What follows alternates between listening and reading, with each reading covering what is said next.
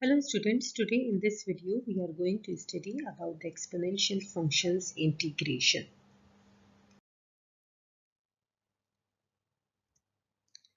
So here we have another concept. Now look at the function and realize that previously what we have done. Previously we have done e to the power x minus 3 whole square. Now analyze these two questions. Question number 1 and question number 2. What have you noticed in question number 1 and question number 2? That everything is same, but in question number 2, denominator possess 2 power. Wherever in question number 2, the denominator has a power of 1.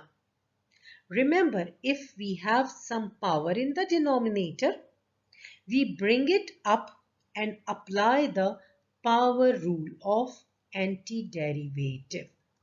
But if we have one power in the denominator, we only apply the logarithmic rule of antiderivative, which means we will focus on the denominator and we will check if its derivative is present on the top.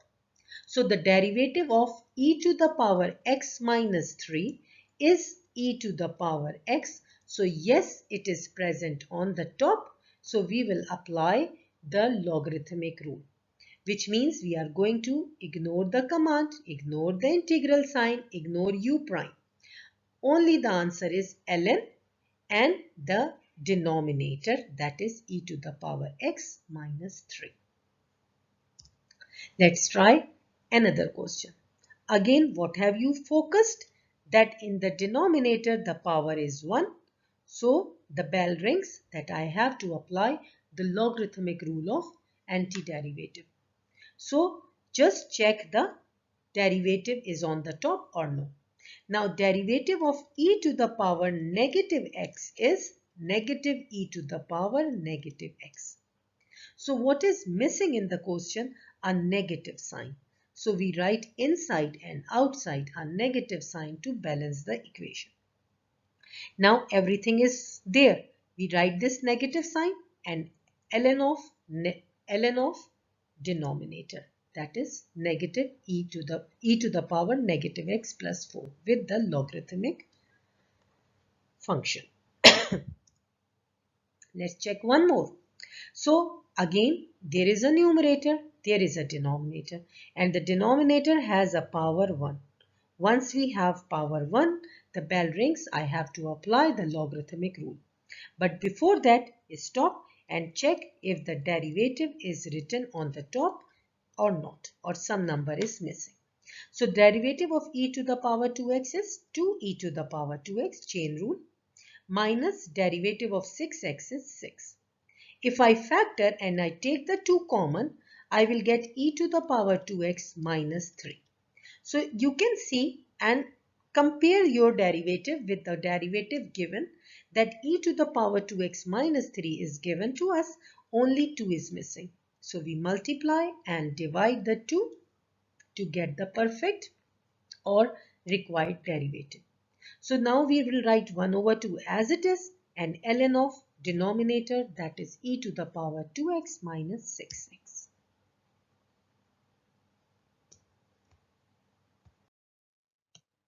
Now let's check few more questions. So here, yes. Now the question looks so scary, but whenever you have the numerator and denominator, always focus on the denominator, especially when it has a power 1, because whenever the denominator has a power 1, we try to solve by using the logarithmic rule of integration. Now check, focus on the focus on the denominator and check what is the derivative. So derivative of e to the power minus x is minus e to the power minus x. Derivative of e to the power x is e to the power x. Now check if this derivative is present in the numerator. Yes, it is present. So ignore the antiderivative integral sign. Ignore the command dx, ignore the u prime. Only write ln and the denominator. That's all. Now look at the question. Now, if you look at the question here in this question number 2, it looks so scary and I cannot visualize or analyze that what could be my or which kind of formula I can apply. But I can try to figure it out. How can I try to figure it out? So let's take the bracket. Do not try to open the bracket. Let's take the bracket. Why I am taking the bracket? The reason is it looks to me, for me it is a composite function, okay, and it looks complicated to me, and also it has a power 1. Okay, I am not considering this square root x right now because I feel that let's try to solve first of all the difficult question and then let's try to figure out what I can do with square root of x. Okay, let's take the derivative of this function.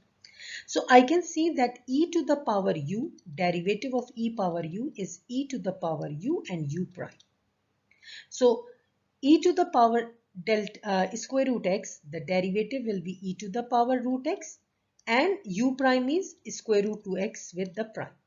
And I know that the derivative of root x is 1 over 2 square root x. So I can see e to the power root x and 1 over 2 root x is actually the derivative of this composite function. Now if I closely look at this thing and compare what is left. So this part I am saying that this part I have written over here. Okay. Now check. Here e to the power root x is written. Yes, here e to the power root x is given to me. Then square root x in the denominator. Yes, it is written to me. So what is missing? 2 is missing in the denominator. So if 2 is missing, I write it beside the root x. So now my whole derivative is written in the integral sign. So if I am dividing the 2, then I have to multiply the 2 outside the integral sign. So be careful because the students make the mistake in writing the 2 in the denominator or the numerator. Okay, so now everything is there. So I will not write that u prime at all. And because here numerator and denominator had the power 1, so I will write the outside 2 as it is and ln of e to the power is square root x plus 4. And don't forget to write the 2 outside.